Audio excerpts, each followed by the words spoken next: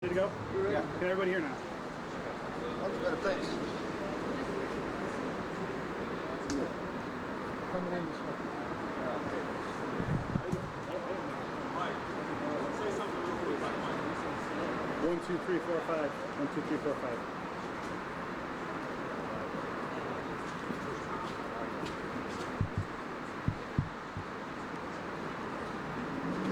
Good afternoon, and thank you all for being here today. As you all know, we've had a very busy week already, and I want to commend the officers in the street for their hard work. So far, 33 people have been shot from 6 p.m. Wednesday, July 3rd through 10 a.m. this morning, and 3 of those individuals died as a result. Chicago police also seized 63 guns yesterday, including 3 assault weapons. CPD has made 30 gun arrests from July 3rd to this time today. And I've said it before and I'll continue to say it. We need common sense gun laws in Illinois. We also need to change our criminal justice system to hold repeat gun offenders accountable for their actions. And I want to thank Chicago Transit Authority for hosting us today. CTA is the best way to travel on a busy holiday weekend like this, and is a tremendous partner to the Chicago Police Department. And there are more than 1,500 additional CPD officers on the street this weekend. Among them is a specialized unit dedicated solely to the Chicago Transit Authority. These 44 officers ride the trains and buses.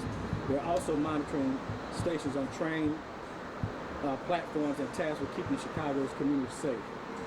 This seasonal team supplements the Chicago Police Department's mass transit unit, which is comprised of 172 officers that regularly patrol CTA. CTA also employs private security to keep people safe as they move in and around our beautiful city. Now, these individuals aren't the only ones keeping an eye on things. The CTA has more than 32,000 cameras system-wide, more than any other major U.S. transit agency.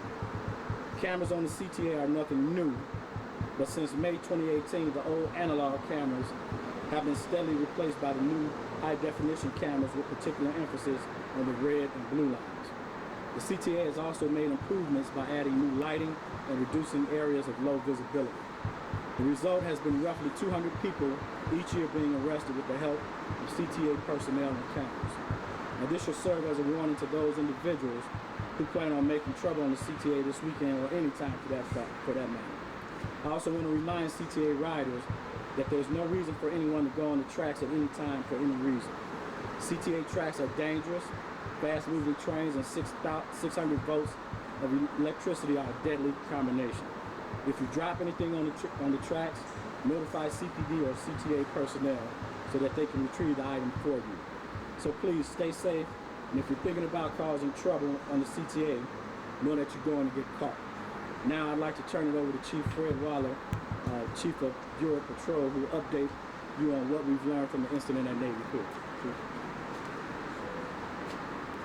Thank you, Superintendent. First, I'd like to extend our thoughts to everyone involved in last night's incident. I was there personally, and I can tell you things were very chaotic. Amid false reports of a shooting at Navy Pier, I'd like to go through the timeline of what we know happened yesterday. Shortly after 10 p.m., we had a stabbing incident after at least 2 individuals began arguing and taunting each other. That argument escalated, and a young man pulled out a knife and stabbed 3 individuals in the vicinity of McDonald's at Navy Pier, just outside Navy Pier. Around the same time of this stabbing, crowds were letting out from the pier following the fireworks celebration. As that was happening, some type of commotion started, and we received unconfirmed reports that someone may have lit a firework in a group of people. As the commotion continued, private security officers that were assigned to Navy Pier signaled a possible active shooter and began to caution the crowd to take shelter to the ground. This caused a stampede-like situation as individuals were sheltering and exiting the pier. We had officers at this location when this occurred, including the Deputy Chief of Area Central and the Deputy Chief of Special Functions. Immediately, CPD, our federal partners, and support resources implemented an active shooter protocol and began searching the pier to investigate. In the end, there was never an active shooter, and no one was shot. We had 31 juveniles that were arrested for disorderly conduct related charges, 5 adults including 2 gun arrests, of a man also who was in the vicinity of Navy Pier when this incident happened, who was swiftly arrested by CPD and Illinois State SWAT unit. Our federal partners in this effort and local partners include the Secret Service, FBI, TSA, Illinois State Police, and our county partners also. Thank you all and have a safe weekend. So I know it's about 200 degrees in here, so we'll take a few quick questions if you have any. But just to clarify, it was the private security that Navy Pier that alerted to a possible active shooter situation? Yes. Yes. Did they convey to people on the scene that there was an active shooter? Yes, they were encouraging them to take shelter. And was there a public communication? Did you guys know there was no shooter?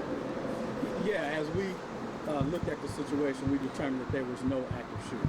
And as the chief stated, it was probably somebody popped off a firecracker in the crowd, and they mistook that for gunfire, and that's what caused the stampede. Superintendent, do you believe that the private firm acted properly in issuing that alert without notice? Well, you know what?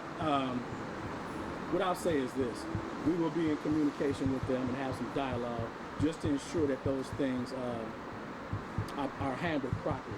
So I don't want to condemn him because he may have thought there was an active shooter. So you feel that caution was the word here? Do you think there's something going on this? Yeah, I mean, if you're gonna make an error in judgment, we want to err on the side of caution. But suppose there had been an active shooter and he has said nothing, then we'd be talking about something totally different. Superintendent, we know you've done a lot this 4th of July, the 1,500 extra patrol officers, the organized crime unit that are on the street, beefed up patrols. Compared to last year, do you have any sense at this point? How are the numbers? Is it working? Are the efforts working so far? As we look at them, you all know we look at our crime picture probably hourly. So we are up a little bit. But let's let the rest of the weekend play out and see where we end up. But we are up a little bit. So we're going to do organizations.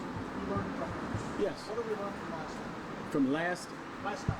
From last night? Well, you know what? I think that we had all the protocols in place and the resources in place.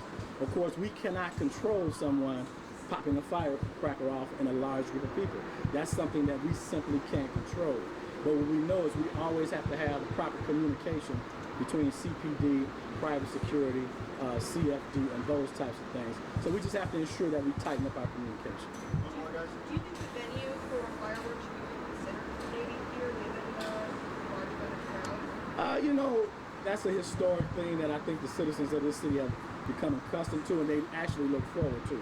Now what we can do is look at the safety measures in place. Not that they aren't good now, but I think we can always do better. All right, thank you all. Go somewhere and get cool. Please.